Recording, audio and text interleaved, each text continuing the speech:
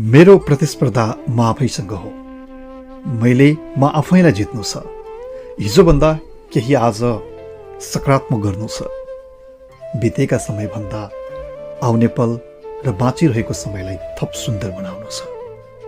हरेक मानिसहरू अरूसँगको प्रतिस्पर्धाका लागि दौडिरहेका हुन्छन्, कुदिरहेका हुन्छन्, तर वास्तवमा आफूले आफ्नै लागि प्रतिस्पर्धा गर्नुभन्दा ठुलो सफलता अरू छैन।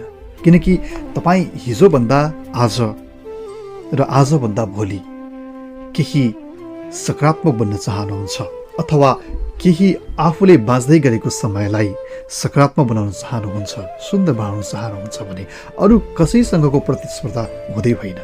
केवल तपाईँले हिजो बिताउनु भएको समय, तपाईँले हिजो गर्नुभएको मेहनत, तपाईँले हिजो आर्जन गर्नुभएको ज्ञान, यी सबैसँगको प्रतिस्पर्धा हो। आफू आफैमा बितेको समयभन्दा बाँचिरहेको समय र आउने समय थप सकारात्मक, सुन्दर र सृजनशील बनाउनु नै सायद मान्छेको जीवनको सफलताको एउटा आधार हो जस्तो लाग्छ।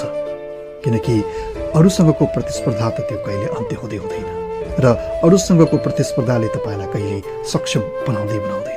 प्रतिस्पर्धा गर्नु छ भने आफैसँग गर्नुहोस्, आफै आफ्नो क्षमतालाई निखार्नतर्फ लाग्नुहोस् र आफैमा भएका कमी कमजोरीहरूलाई सच्याउँदै, आफैमा भएका त्रुटिहरूलाई सच्याउँदै, आफैमा भएका दुर्बलताहरूलाई सबलतातर्फ उन्मुख गर्दै अगाडि बढ्नुको अर्को कुनै विकल्प नै छैन। तपाईँको समय शुभ रहोस्।